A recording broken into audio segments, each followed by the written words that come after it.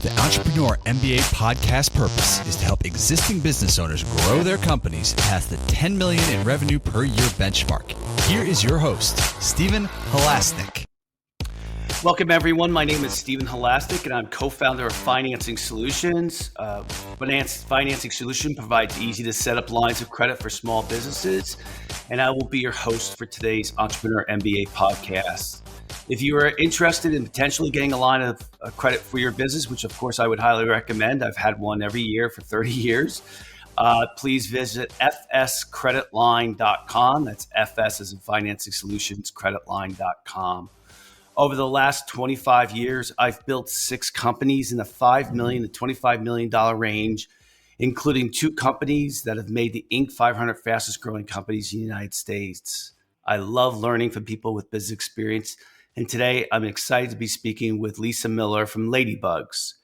Lysa Miller is the founder and CEO at the award-winning web design and digital growth agency Ladybugs Interactive in Boston, Massachusetts.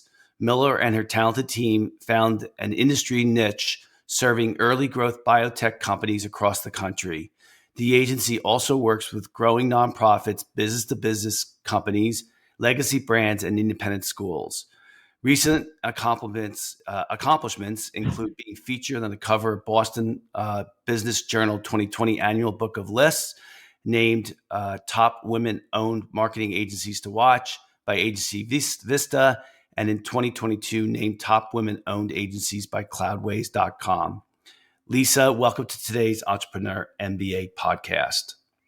Hey, thanks for having me today. Happy to be here, share my story. Sure. It's interesting. So before we got on air, I kind of was talking to Lysa a little bit, and I forget sometimes what it's like when I first started, to build a company. And Lysa right now is in her second or third year of building her agency, and the digital marketing niche that Lysa is in, it's amazing how well companies who are in that space do. From my experience, so today's topic is going to be how I built my digital agency past 7 figures. And let's just start off by asking. Let me ask you, Lysa, what were you doing before you started your company? So I've always been in agency life. So I started my career in an agency. I've worked a little bit in corporate as a UI UX designer, but when I had my kids, I decided to go out on my own, and that's where I came up with the name originally, Ladybugs. So Ladybugs served me as a freelancer as I raised my 4 children, and then I did grow that agency and merged it with another agency. So I put it on hiatus for 5 years while I worked with another B2B agency. So that's what I was doing previous to this. So I was like a minority partner there. And so during COVID, I decided to go back out on my own and really build something that was like my vision and what I wanted to do. And just different things that I saw around the industry and the clients and niches that I felt like nobody was filling that we could fill. So that's kind of like what I was doing before and how I got to where I am now. And obviously COVID, um, starting a business in COVID was not my plan, but that's just kind of how the universe worked it out for me. So tell me about the company that you were with as a minority partner Mhm. prior. Why did you decide to leave that one? Um, I think I just wanted to do my own thing. I think over time, my role changed there a lot. So I don't know. I think I just wanted to do my own thing. So maybe I'm not a team player. I don't know. But I just wanted to go back to doing something that was more focused on um, some of my values and what I wanted to with my career and my life, like nothing really to do with them. It really had to do with me and where I wanted to go. So I wanted to build my own path forward rather than following a path that was being built by somebody else, if that makes sense. Yeah, sure. No, that's one of the key reasons why someone goes. Do you know, if I were to ask you why you think that people go out on their own and start their own business, what would you think the number one answer is? For me, autonomy, I think, Hmm. and using my skills how I want to use them, not how other people perceive how they think I should use them. So kind of that infinite like mindset of like, that you're not in a role, that your role is an infinite role that can change, can grow. And I think my whole company is built around that mindset of infinite growth. Just as an example, one of the web designers that I brought on, he had only been doing design for a long time, and now he leads our whole agile team for biotech. So I don't think that was ever his vision of where he wanted to go, but it just became a natural progression of how our company is built and how it works. And I think the excitement around the clients that we work for is definitely part of the excitement in the company and why people work here and why they love it. But there's lots of reasons for that around, why I built Ladybugs the way I built it, and what we do. So that part is like really exciting to see people change and evolve and grow and have this kind of infinite mindset about not just themselves and where they could be, but like where the company can go and where it can be. We're also goal based, like, oh, I want to get to here by here and I want to do this job by here. But like when you're doing that, you're kind of like limiting like where you can go by giving yourself like a finite idea. So that's like something we try to embrace in the company, that like everything's changing, everything can change, and embracing change, I think, is a really, really, really hard mindset to apply to people in general, because people just want to be done. But like I guess like one of our main philosophies here is we're never done. Everything can always be improved, everything can be changed. And if you're not always doing that, you're not doing the best job for your clients, for yourself, for the business. So I think that's probably a big struggle too, in many ways, because it's like you get done something, it's like, well, we're not really done. we're going at it again. So Yeah. using the agile methodology has definitely been super fun, super challenging. But if it's not challenging, it's not fun. Yeah. Is the work that your agency doing, is it SEO? Is it paid for search? Is it both? Is it? So specifically, our agency is mostly built on the Agile web design experience. So we do Agile web design, and then we also do basically digital marketing. But our bread and butter is really mostly the websites, and even though many of us are digital marketing experts, that part of the business is definitely more. We're growing it more slowly, thoughtfully, iteratively, because we want to make sure that everything we do for those clients is top notch, iterative. And so with that kind of business, you really need to build a stronger team that's a full-time team. Whereas with the web design section, we can really build that because we have a lot of freelancer help. So we have a really great mix of full-time and freelance um, team members, and that's not because that's what we want as an agency, that's because that's what people in the industry want. So if you're a UI UX designer and you work, let's say, for another agency, but you only work there half time, you can come in here and grab a couple projects here. Or if you have your own agency and you're not meeting your financial goals and you're not learning and you want to work with a team, you can come in here and work on like one project every couple months. So that's kind of how we built the agency, and we're able to tackle so many different verticals at once because we do have a number of experts that come in and help with these projects. So again, that's why that part has been able to grow so fast, but you can't really replicate that the same way on the digital marketing side. You do need like a longer term team. You do need to always be iterative and looking at things. So I'm happy that it's growing the way that it's growing. I kind of did it backwards. My first time I grew my agency, I was doing mostly digital marketing. And that was definitely a harder way to grow the business. But people really like that side because it's retainer based, whereas the web design side, we're always lead generating, lead generating, lead generating. So that gets exhausting to many companies. We love it. Mm. I don't know. The lead generating part has been pretty easy for us. Yeah. So tell me two things that since you started, I think your agency now is 2 years old. So not quite, but yeah, we're heading Okay. up there. Yeah. So tell me during those 2 years something that you think you guys did a really good job as a startup with. what we did like in general as a company or for Mhm. a startup? No, as So a one of company. I think the most important thing we did that was really an acceleration to our growth was we put in practice basic marketing 101 from our business degrees. So we came up with the product, the placement, and the pricing. So right away, we went after a certain client. We had that product priced at a certain price range, and we really defined that so that we were able to go out and really sell that. And honestly, we didn't really have to sell it because it was so well defined. We just noticed in the marketplace what was missing, where the gap was between like a large agency and a smaller boutique agency, where some of the gaps were and what people were missing. And just by doing some of that researching and identifying those needs, that was really what really helped us take that product and really go to market with it and sell it. So that's, we planned it. So we did the research, we chose the client. So I think having a plan for that was definitely an acceleration to our growth.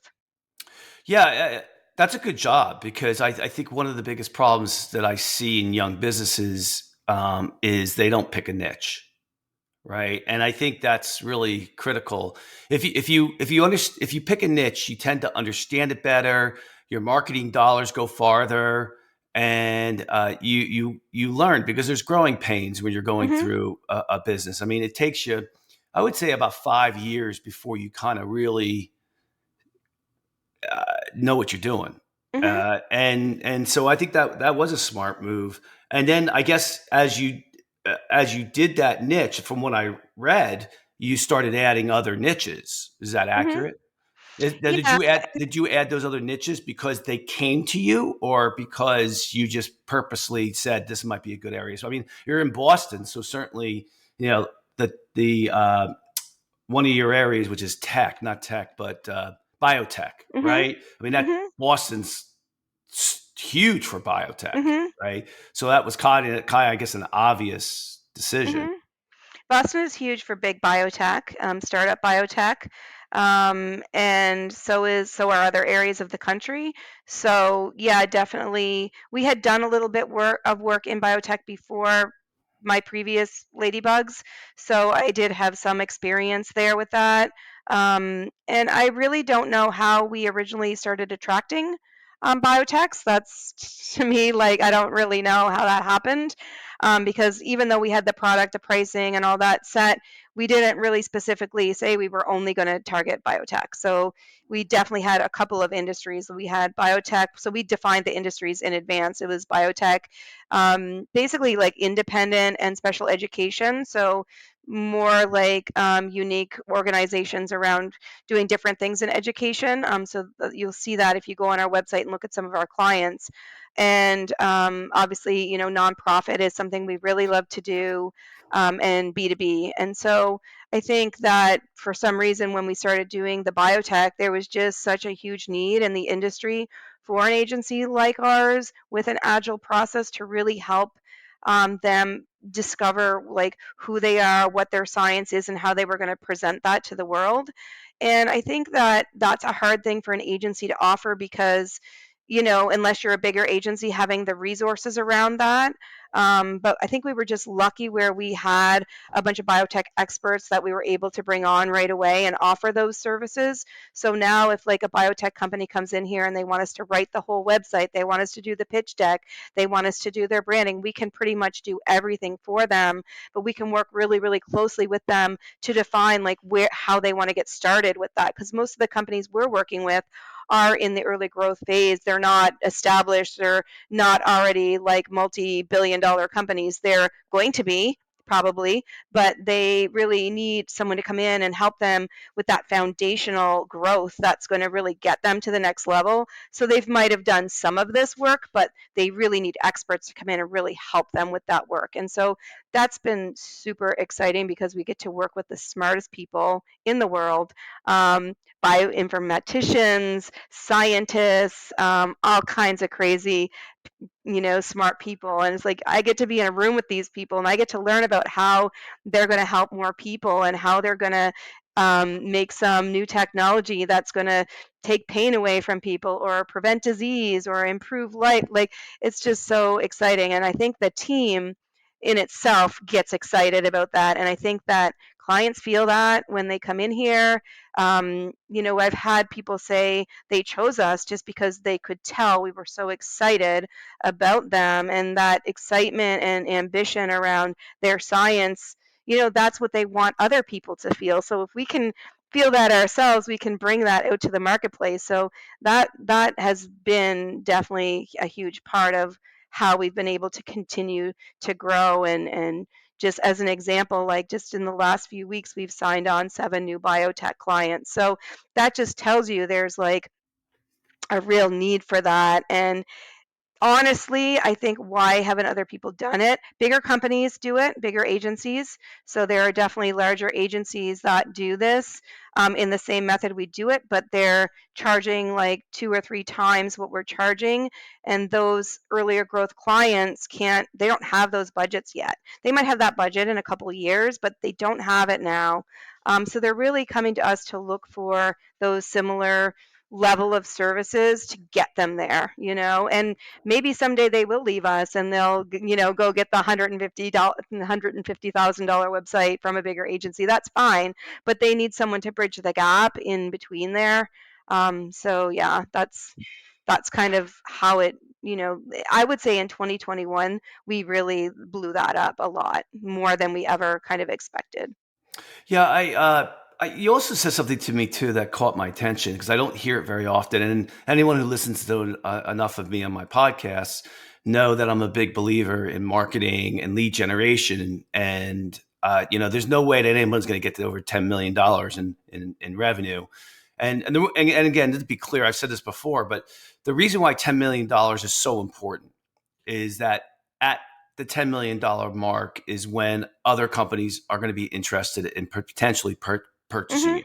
Okay. So that's kind of, you can't get to the $10 million mark. Now, yes, does the industry matter? Like $10 million for a web design or digital agency is actually quite big, Right. but For 10 million, biotech, it's nothing. yeah, for biotech, it's nothing, right? But biotech, that's a little bit different. We're talking Even about, even them, I mean, even the early growth ones are probably in the 40 to 50 million. sure. Yeah. But It's, they are definitely limited in their marketing spend. That money is really, really allotted to the science and growing the science. And so sometimes using some of those monies to spend on marketing is hard for them. So when they can yeah. find somebody to provide the services at a little bit lower price point. But the other thing is the agile process really keeps you close to the visionary and what their total vision is for their company and their brand.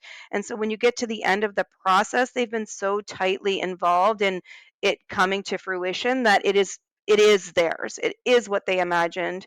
And so they never get far away enough from the process for that to veer in the wrong direction. So I know that might sound kind of weird, but it really isn't, because it is their vision, it is their science. And I think the closer that you can stick to their vision through the whole process, the more successful the project's going to be.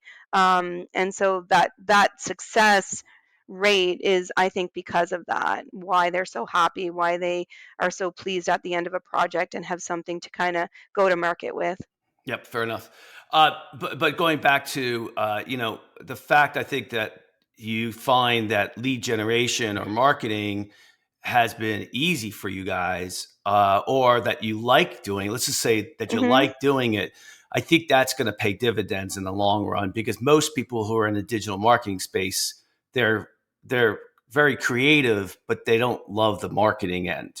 For Fair, themselves. yeah, fair enough. Yes. Yeah, yeah, yeah, yeah. Yeah. I get that. We invest a lot in our marketing, because we think that people, even in B2B, they buy people, they buy experience, they buy the story, they buy the testimonials, they are buying a product, but they're buying an emotional attachment to all of it. And so if you can kind of like speak to your audience through your marketing, your leads are going to be higher qualified and you're going to be attracting the right people. And so that's something we've always highly focused on, is like, how do we speak to our audience? How do we speak to their pain points?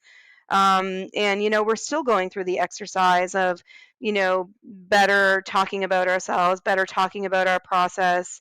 But it's definitely something we really enjoy doing because we love what we do and we love talking about it. So it Good. kind of makes marketing it easy. Yeah.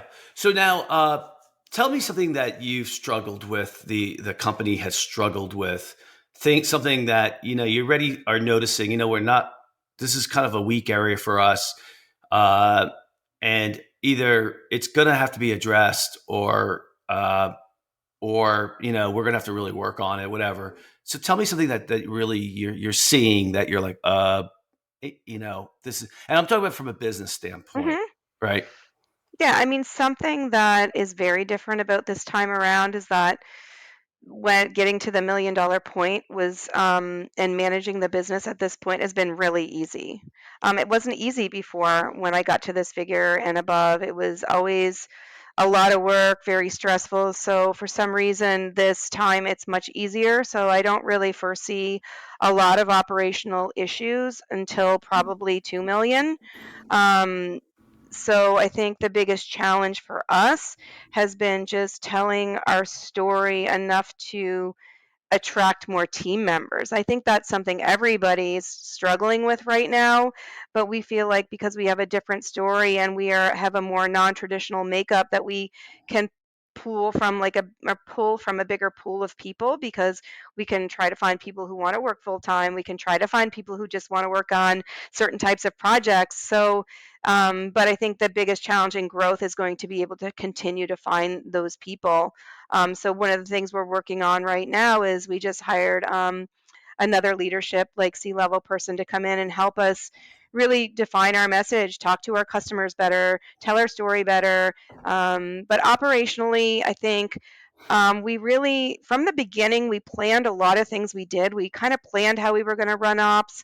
We kind of planned how we were going to run like billing. And so we really, in the beginning, we really, really embraced the lean operations model because to be in the price range that we wanted to be in, we knew we had to change certain things. And people say, oh, is it because you have contractors? Actually, contractors cost more because if you have an employee, the more business you get, you can grow your profit margin, but you can't really do that with contractors because they're a fixed price on every project. So in a way, we're kind of limiting our profit margins there. But for us, that doesn't matter because we just want to do the best work. We want to have an ethical profit margin.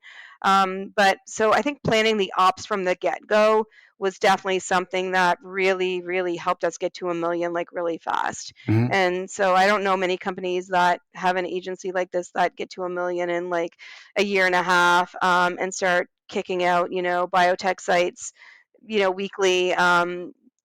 Just being in the industry myself, I know lots of companies that have gotten to 10 million, but it's taken them like 7, 8, 9, 10 years. Um, so I do feel like we have a good business model. Even though no matter how many people like poo-pooed it in the beginning, I just knew from myself and being a woman and knowing that so many people needed flexibility, but they still missed that camaraderie of having a team, especially freelancers. So the whole company was basically formed around that. And how can we make this a great company for people to do their best work, to do their best creative work, to not be in the 40-hour-a-week grind. So a lot of that is built into the company right from the beginning. And so we use profit first. So we've been profitable from day one. Um, and lean ops, I mean, I just can't recommend that stuff any more than I can. Yeah, yeah, It's so important. yeah. What's funny is I rent to Mike McAllowitz, who wrote Profit First, so I know Mike well. Oh, But really? That's super cool. Can you introduce me to him? And I oh, you could just call him. He's a super nice guy. Yeah, such a yeah, great yeah. methodology. So, the uh, going forward, what do you want to see? What's your vision for the company? So the vision is always changing, but overall is just to be able to really bring these experts in, let them shine their brightest light, and give that brightest light like to our clients so that they're getting the best work that they can get, and giving them an amazing experience while they're working with us. And the other thing is, really, we're all about being transparent. So in the past, you'd have an agency and they'd be doing these things and they'd go off for the month and you don't know what they're doing, and then you meet with them again. So we wanted to kind of take that mystery out of everything we do, which is why we embraced Agile. And so our clients know a lot at the end of the process. And I think we empower our clients to really want to grow their presence and get them embraced in the process and embrace digital marketing. So I definitely think that all that stuff is like super rewarding. And so that's the vision, just to continue on and bring that to more people. And whether I get to 10 million or 2 million, it doesn't really matter. It's not about the money. It's about having a great time. It's about learning. It's about giving the gift of working somewhere amazing to my team, and giving the gift of like what we do to amazing clients doing great things in the world. So that's pretty much my vision. Okay. Yep, I get you. So there's three things you've mentioned as methodologies, which I don't hear very often. Uh, that people are mentioning methodologies, right? The methodologies you've mentioned is agile, lean, and Hmm. profit first. So for our Hmm. listeners, those are all three methodologies. What do you think the value of having used or starting off with these methodologies does for a business? So I think it sets you up for success. I think that, and a lot of people follow, uh, I'm trying to think of the names, Gino Wickman methodology. And so a lot of people will follow that methodology, the traction methodology. So I just think coming into your business with some kind of idea about how you want to run it. I think a lot of people build their businesses like build it and they will come. Like, so I just know from experience that's a slower way to build your business, because this is my third agency. And so attacking problems like when they happen versus pre-morteming like what could go wrong and how we can avoid problems. So kind of like setting it up for success, I think, is the key to success, rather than trying to figure out problems when they start. You want to avoid them before they happen. So I think a lot of that was um, my reasoning for doing it. And Agile is a messy process. So, bigger companies use it on like big software projects and stuff like that. But now you're seeing more people run it as a business model, in terms of how they run their business in an Agile. It's not just on projects now, and you're starting to see it in agencies. But I think for us, using Agile, because our projects are smaller, like we're not out there doing like big corporate websites. We're really in here doing custom, really beautiful storytelling work. It really works in our space. So it might not be for everybody, but it's for us. And because it's agile, it's always changing, it's always iterative, and everybody has to have that open mind about it. But yeah, definitely having some kind of methodology to your success and what that looks like operationally is super important when you're starting out, and what feels good to who you are and the kind of culture that you want to bring. So agile really breathes that whole creative growth, collaboration, and I think that's what the vision I wanted to put inside the company for my people. Yeah, it's unusual that a lot of the uh, digital agencies that I know of, um, their their culture is creative, right? And a lot of the creative agencies, uh, they may not like the structure of methodology. They, but would you agree? My instinct would tell me that their weaknesses are the building of the business, and their strengths are the creativeness that they put in the let's face it, out there are often three let's I haven't thought this through, but maybe three different types of businesses. There's the ones that are very creative. There's a creative agency, there's a creative component to it. Could be making cupcakes. It could be designing websites. I don't mean to say those are the two same things, but I think everyone gets my drift when I say creative. Then you have the ones that are just pure execution, right? Where the product is pretty simplistic. It's like it is what it is, and you just have to execute really, really well. Mhm. Pest control. It is what it is, right? Mhm. I don't know if that's the best example. And maybe the third one is you're going for a big play. Biotech certainly is a big play, and that's different. That's angel funding or venture capital and that type of thing. But it just seems like to me that creative companies just would benefit so much by following the same methodologies that you just mentioned. Would you say that's a fair assessment? So I'm definitely not going to throw a label on how everybody should run their company. Mm-hmm. My thought on that is you obviously need some processes in place, and I'm kind of anti-process, so process is something that definitely I struggle with. But obviously there has to be some process to make things run. But I think that the processes that you use have to really speak to the people involved in the company, and it has to work for the vision that they want. So having some form of methodology or structure I think is important, but what it is not as important. What's important is that it's a methodology that works for you and the type of vision that you have for your business. So um, and I'm probably more experienced than most people because I've been doing this for a long, long time, and I've learned like a lot. I've learned what I don't want to do, what I do want to do.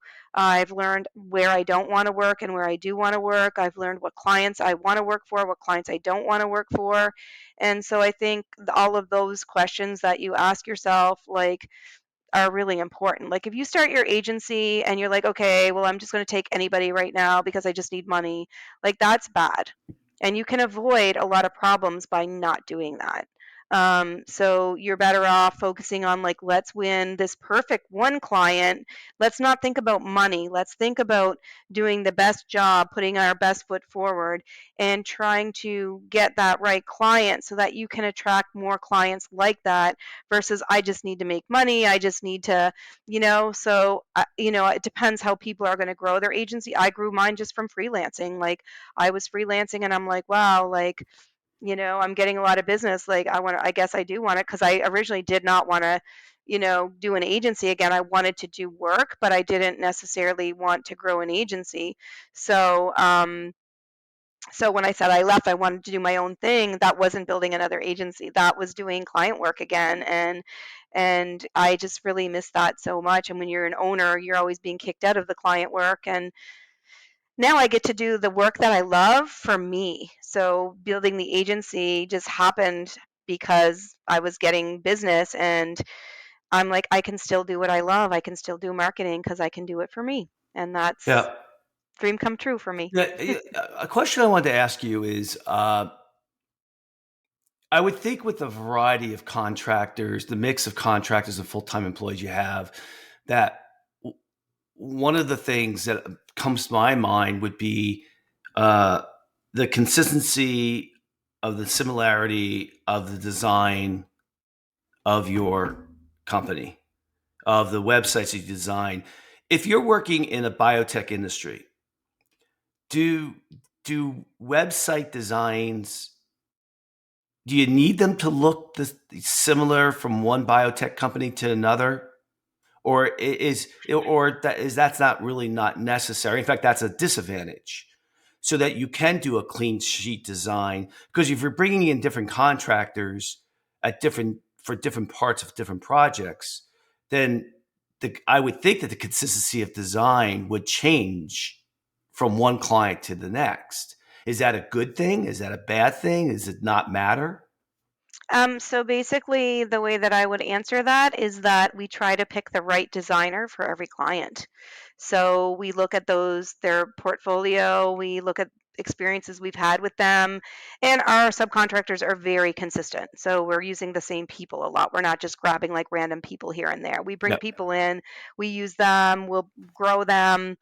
So some people start like maybe a little more junior than other people, and then they end up on the big projects. So So I would say the designs are different, but they're different not because of the designers. They're different because they're different industries and different companies.